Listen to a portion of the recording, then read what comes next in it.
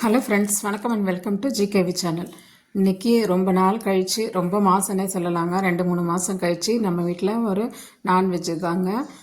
சீரக சம்பாவில் சிக்கன் பிரியாணி குக்கரில் பண்ணியிருக்கிறேங்க. பாருங்கள் எப்படி சூப்பராக இருக்குது. ஒன்றோடு ஒன்று ஒட்டாமல் நல்லா பொலன்னு கறியும் நல்லா வெந்து வர்ற மாதிரி கலர் பாருங்கள் எவ்வளோ சூப்பராக இருக்குது. இதில் நான் ஆர்டிஃபிஷியல் கலர் எதுவும் சேர்க்கலைங்க, நான் போட்ட இதுவே மசாலா மட்டும்தாங்க. எவ்வளோ சூப்பராக இருக்குது பாருங்கள், குச்சி குச்சியாக இருக்குது பாருங்கள். அரிசி உடையவும் இல்லை குழையவும் இல்லை, அவ்வளோ சூப்பரான அன்றைக்கி சீரக சம்பா சிக்கன் பிரியாணி தாங்க பண்ணேன். அது தாங்க இன்றைக்கி எப்படி பண்ணுறோன்றதை பார்க்க போகலாம். பாருங்கள், நான் நார்மலாக பண்ணுற மாதிரி சிக்கனை எல்லாம் சேர்த்து வதக்காமல் இது சிக்கனெல்லாம் நல்லா மேரினேட் பண்ணி நல்லா ஊற வச்சு செய்கிற பிரியாணிங்க. இந்த மாதிரி ஒரு தடவை நீங்களும் பிரியாணி செஞ்சு பாருங்கள், டேஸ்ட்டும் சூப்பராக இருக்குங்க, வேறு லெவலில் இருக்கும். நல்லா கறி பாருங்கள் நல்லா சூப்பராக வெந்திருக்குது. அதே மாதிரி அரிசியும் பாருங்கள் நல்லா ஒன்றோடு ஒன்று ஒட்டாமல் நல்லா கம நல்லா வாசனையோடு இருக்குதுங்க. சீரக சம்பா அரிசினாலே இன்னொன்று சொல்ல வாங்க வேணும், அதுக்குன்னு ஒரு தனி டேஸ்ட் இருக்குது இல்லைங்களா, அதோட வாசனையே தனி. சிக்கன் பாருங்கள் அப்படியே பஞ்சு மாதிரி வந்துருக்குது பாருங்கள், எவ்வளோ சூப்பராக இருக்குது பாருங்கள். அன்றைக்கி பிரியாணியும் ரொம்ப டேஸ்ட்டாக இருந்ததுங்க. அது கூட நான் ரைத்தாவும் அவிச்ச முட்டையும் இது தாங்க அன்றைக்கி ஷேர் பண்ணியிருந்தேன். சரி வாங்க வீடியோக்குள்ளே போய் இந்த சூப்பரான சுவையான சீரக சம்பா சிக்கன் பிரியாணி எப்படி செய்யலான்றதை பார்க்கலாங்க. நான் ஒரு 300 கிராம் சிக்கன் போட்டு ஒரு 1/4 கிலோ அரிசி அந்த மெஷர்மெண்ட்டில் தாங்க செஞ்சேன். அதுவும் சூப்பராக வந்தது. நிறைய வச்சும் செய்வாங்க. வாங்க எப்படி பண்ணலான்னு பார்க்கலாம். அதுக்கு சிக்கனை நல்லா மஞ்சத்தூள் உப்பு எல்லாம் போட்டு நல்லா கழுவி வரவி எடுத்து வச்சுருக்குறாங்க. பாருங்கள் சிக்கன் எவ்வளோ ஃப்ரெஷ்ஷாக இருக்குது. இப்போ அதுக்கு இந்த சிக்கனோட நான் சொன்ன இந்த மசாலாலாம் போட்டு நல்லா மேரினேட் பண்ணி வச்சுக்கலாங்க. கொஞ்சம் உப்பு, கொஞ்சம் கறி மசால் பொடி, அதுக்கப்புறமா வெறும் மிளகாத்தூள், ஒரு பச்சை மிளகாய், அப்புறம் புதினா, கொத்தமல்லி, கொஞ்சமாக தயிர், அதுக்கு தேவையான அளவு இஞ்சி பூண்டு பேஸ்ட்டு, அவ்வளோதாங்க. இது உப்பு இந்த சிக்கனுக்கு தேவையான அளவு மட்டும்தாங்க நான் சேர்த்துருக்குறேன். அப்புறமா அரிசி சேர்க்கும்போது அரிசிக்கு தேவையான அளவு அப்போ சேர்த்துக்கலாங்க. இது இப்போ இந்த சிக்கன் ஊறத்துக்கு மட்டும் தேவையான அளவு தாங்க உப்பு சேர்த்துருக்குறேன்.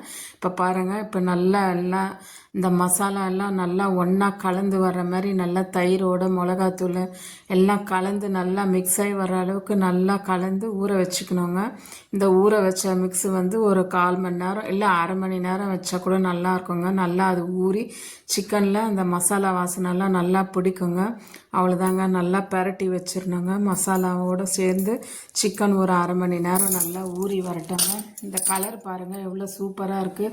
நான் வீட்டில் அரைச்ச தண்ணி மிளகாத்தூள் தாங்க அது, மற்றபடி கடையிலேருந்து எதுவும் வாங்கலைங்க. இப்போ சீரக சம்பா அரிசியை எடுத்துக்கலாங்க. நான் இந்த டம்ளரில் 2 டம்ளர் சீரக சம்பா அரிசி வாங்கியிருக்கிறாங்க. சீரக சம்பா அரிசி நான் எப்போவுமே டிமார்ட்டில் தாங்க வாங்குவேன், அதனால் அந்த சீரக சம்பா அரிசியை தாங்க எடுத்துருக்கிறேன். பாருங்கள், இந்த டம்ளரில் நல்லா 2 டம்ளர் அரிசியை எடுத்து கழுவி ஒரு 3-4 தடவை நல்லா அரிசியை கழுவி ஒரு குக்கர் வச்சுட்டு ஒரு 10 நிமிஷத்துக்கு முன்னாடி கழுவி ஊற வச்சா போதுங்க. அரிசி ரொம்ப நேரம் ஊற வேண்டிய அவசியம் கிடையாது. ஒரு 10 நிமிஷம் இல்லை 1/4 மணி நேரம் ஊறினா போதுங்க. அவ்வளோதாங்க. இப்போ பாருங்கள், நான் அடுப்பு பற்ற வச்சுட்டேன். அரிசி ஊற வச்சுட்டு தாங்க அடுப்பு பற்ற வச்சேன். இப்போ குக்கர் வச்சு அதில் கொஞ்சம் எண்ணெய் ஊற்றிட்டு பட்டை, லவங்கம், ஏலக்காய் போட்டுட்டாங்க. இப்போது நல்லா வெங்காயத்தையும் நீளமாக கட் பண்ணியிருக்கிற வெங்காயத்தையும் போட்டு நல்லா வதக்கிக்கலாங்க. வெங்காயம் நல்லா கோல்டன் ப்ரௌனில் கருப்பாக வரணுன்ற அவசியம் இல்லைங்க. ஓரளவுக்கு கலர் மாறி வந்தால் போதுங்க. நிலமாக இது பெரிய வெங்காயம் ஒரு 2 வெங்காயம் கட் பண்ணி வச்சுருக்குறாங்க நாங்கள். இப்போது வெங்காயத்தை நல்லா வதக்கிக்கலாங்க. வெங்காயம் நல்லா வதங்கி வந்தால் போதுங்க. இந்த அளவு வதங்கி வந்தால் போதுங்க வெங்காயம், அவ்வளோதாங்க. இப்போ இது கூட நாம் கட் பண்ணி வச்சுருக்கிற தக்காளியும் சேர்த்து நல்லா வதக்கிக்கலாங்க. வெங்காயம் தக்காளி எல்லாம் நல்லா கலந்து வரட்டங்க. இது கூட இஞ்சி பூண்டு பேஸ்ட்டோ இல்லை வேறு எதுவுமே நம்ம போட வேணாங்க. ஏன்னா எல்லாம் நம்ம சிக்கன்லேயே சோக் பண்ணி ஊற வச்சிட்டோம். அதனால் இதில் எதுவும் சேர்க்கவே வேண்டியது இல்லைங்க. வெறும் பட்டை, லவங்கம், சோம்பு, வெங்காயம், தக்காளி, காரத்துக்கு ஒரு 2 பச்சை மிளகாய், இது மட்டும் போதுங்க. மீதி எல்லாம் சிக்கன்லேயே நம்ம போட்டு ஊற வச்சுட்ருக்கறனால இதில் வேறு எதுவும் சேர்க்க வேண்டிய அவசியம் இல்லைங்க. இப்போ வெங்காயமும் தக்காளியும் நல்லா வெந்து வதங்கி நல்லா சுருண்டு வரட்டுங்க, பார்க்கலாம். வெங்காயம் தக்காளி நல்லா சுருண்டு வர அளவுக்கு சிம்மிலே வச்சு வதக்கிக்கோங்க, ஏன்னா அடி பிடிச்சிட போகுது. இது கூட 2 பச்சை மிளகாய் மட்டும் காரத்துக்கு சேர்த்துக்கலாங்க. அவ்வளோதாங்க. வெங்காயம் தக்காளி நல்லா வதங்கி வந்த உடனே இப்போ நான் ஊற வச்சுருக்கிறேன் பார்த்தீங்களா, அந்த சிக்கன் இதை எடுத்து இந்த குக்கரில் போட்டுக்கலாங்க.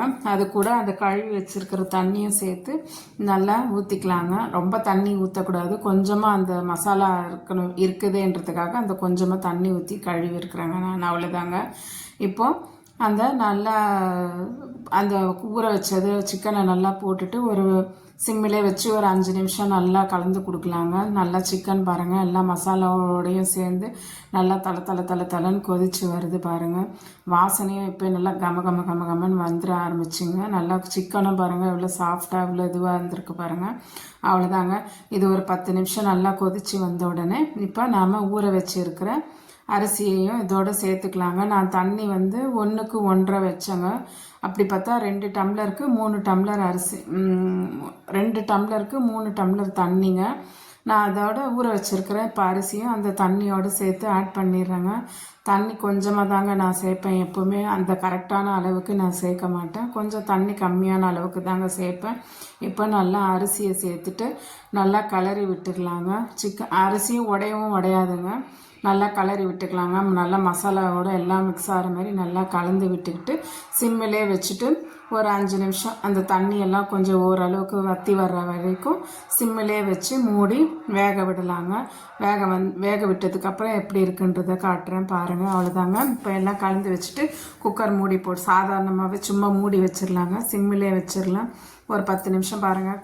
10 நிமிஷம் கழித்து பார்த்தா நல்லா கலந்து கொதிச்சு வந்துருச்சுங்க. இப்போ பிரியாணிக்கும் அரிசிக்கும் தேவையான உப்பு இப்போ நான் சேர்த்துருக்குறேங்க. முதல்ல சிக்கனுக்கு தேவையான உப்பு தாங்க சேர்த்தேன். இப்போ போட்டிருக்கிற அரிசிக்கு தேவையான அளவு உப்பு தாங்க போட்டிருக்கிறேன். அவ்வளோதாங்க.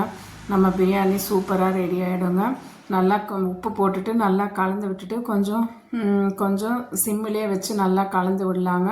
இப்போ தண்ணியும் பிரியாணி அரிசியும் ஒரு லெவலில் இருக்கிற அளவுக்கு வர்ற வரைக்கும் நாம் கொதிக்க வச்சா போதுங்க. அதுக்கப்புறம் மூடி நான் விசில் கூட போட மாட்டேங்க, அப்படியே சிம்மில் தாங்க வச்சு வேக வைப்பேன்.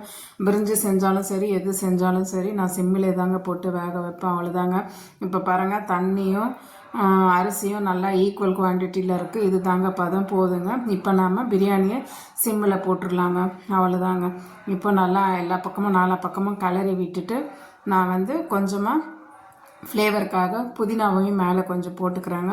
இப்போ புதினாவையும் மேலே போட்டுட்டு சுட வாழை இலை வச்சு நல்லா தம் போட்டுடலாங்க. இது தம் போட்டு இறக்குனா இன்னும் சூப்பராக இருக்கும். வாழை இலையோட டேஸ்ட்டும் இன்னும் அப்படியே இறங்குங்க. இந்த அளவுக்கு வந்தால் போதுங்க. அவ்வளோதாங்க. இப்போ தம் போட்டு இறக்கிடலாம்.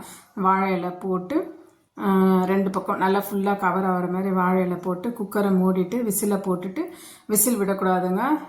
சிம்மில் மீடியம் ரொம்ப சிம்மில் வச்சுட்டு 10 நிமிஷம் இருந்தால் போதுங்க. அவ்வளோதாங்க. நம்ம பிரியாணி சூப்பராக ரெடி ஆகிடுங்க. 10 நிமிஷம் சிம்மிலே இருந்துட்டு ஆஃப் பண்ணிடலாங்க. அப்புறம் ஒரு 10 நிமிஷம் கழித்து ஓப்பன் பண்ணால் சுட சூப்பரான சீரக சம்பா பிரியாணி ரெடிங்க. அப்படியே அரிசி போட்டு அது கொதித்து வந்தோடனே எவ்வளோ மணமாக வாசனையாக இருக்க பாருங்கள். இது தாங்க நம்ம பிரியாணி. எவ்வளோ கறியும் எவ்வளோ சாஃப்டாக வெந்திருக்குது பாருங்கள்.